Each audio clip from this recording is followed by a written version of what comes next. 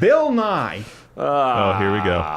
The new term, Bill Nye, the anti-science, kind of a religious zealot slash maybe a little bit of a piece of shit guy. He came out and he had some statements to make that to me were about as scary as you can think, coming from someone who claims to be a scientist or certainly is held out as though he's carrying the torch for modern science. See if you can spot it. We've got an extraordinary situation here in the United States where climate change deniers have managed to introduce the idea that some uncertainty, say 2%, plus or minus 2%, about the temperature of the ocean is somehow equivalent to plus or minus 100%. Now, everybody, science is political. We use politics to decide where to invest our intellect and treasure. What?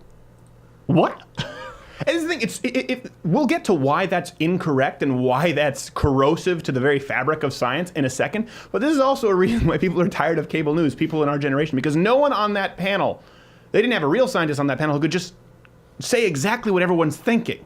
Is somehow equivalent to plus or minus 100%. Now, everybody, science is political. We use politics to... That's it. I just want to see one person. Science is political.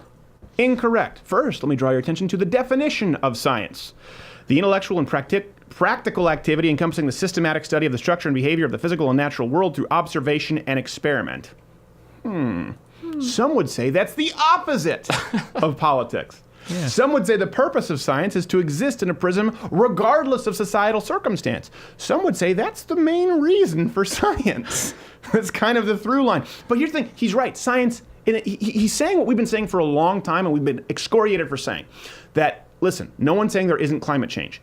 But if you question the idea that man-made climate change is so catastrophic the government needs to step in, you're labeled a denier.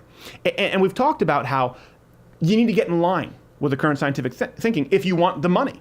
Science has become political as far as where the funding goes. It's horrible if that's the case, but that is the case. Case in point, let's go to President Barack Obama. He openly said that he made climate change a top priority. Now, here's an interesting note. Overall research and development funding under Barack Obama actually decreased.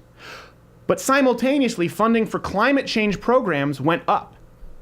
So that means when overall funds were going down for research and development, people who were studying climate change, in the way, by the way, that stepped in line with President Obama's narrative, made more money. That's what we've talked about before. We were saying, you're a conspiracy theorist. If you say, I want to study, I don't know, the growing patterns of cedarwood trees in the American Southwest. No, grant denied. I want to study the growing patterns of cedarwood trees in the American Southwest in relation to climate change. Make it rain dollar bill, y'all! And you see that in the numbers. And here's what's so alarming about this. Bill Nye, what is he really saying? Bill Nye does not like science. Bill Nye doesn't want science. Bill Nye is pushing for a pseudo-scientific, quasi-intellectual religious oligarchy. And I know you'll hear that on YouTube because someone researched the word oligarchy but doesn't know what it means. What does that mean? He means that he only wants people who agree with him to be in power. Keep in mind, this is a guy who, by the way, is okay with jailing climate skeptics, okay? Feeling scared yet a little bit? That tingle in your nether region? That's fear. That's fear for being jailed because of your thought. And that's something that Bill Nye openly supports. Let's put aside if you agree with his opinion or not. He wants people who agree with his opinion exclusively to be in positions of power, and he wants those people in those positions of power to be able to determine where the finances are directed. Do you have any idea how anti-scientific and how terrifying that is?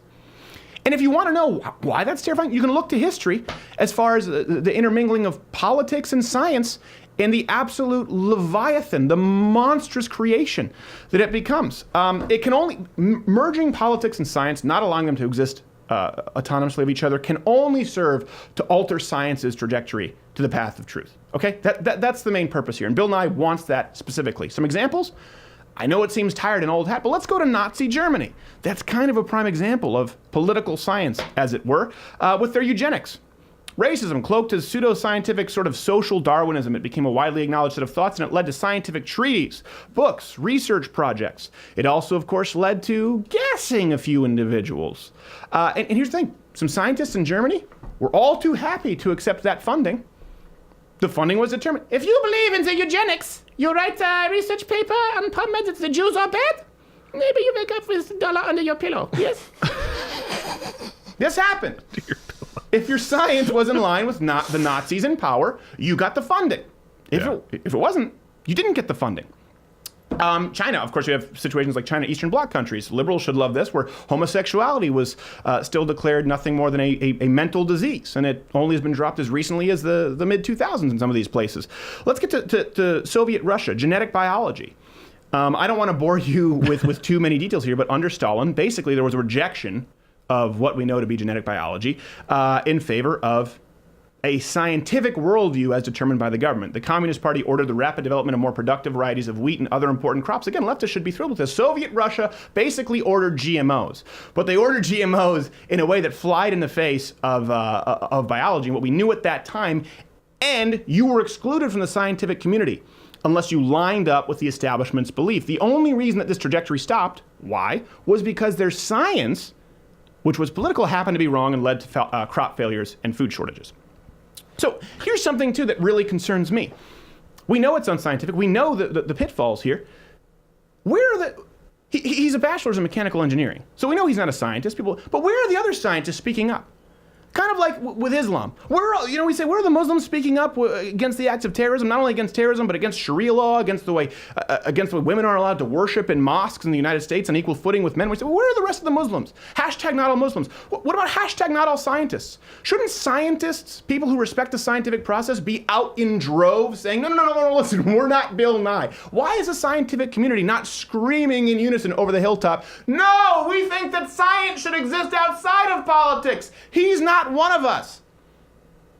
It seems because anyone who says that is what excommunicated from the scientific community for not thinking properly. What have we created? We've created a scientific community where not only is groupthink encouraged, depending on who's in political power, it's the only form of thinking allowed. Yes, are you buying our this? Intellect and treasure. What about you? But when it comes to climate Come change, on! that is not controversial. And this Hey, this video is taken as a clip from the full show, daily show at louderwithcrowder.com/mugclub, where it's available exclusively $69 a year. That's less than $6 a month, less than 2 expensive cups of coffee, or you can feed an African child. But why would you want to do? Just buy coffee or join the Mug Club. Daily show, louderwithcrowder.com/mugclub. See you there. Don't feed children.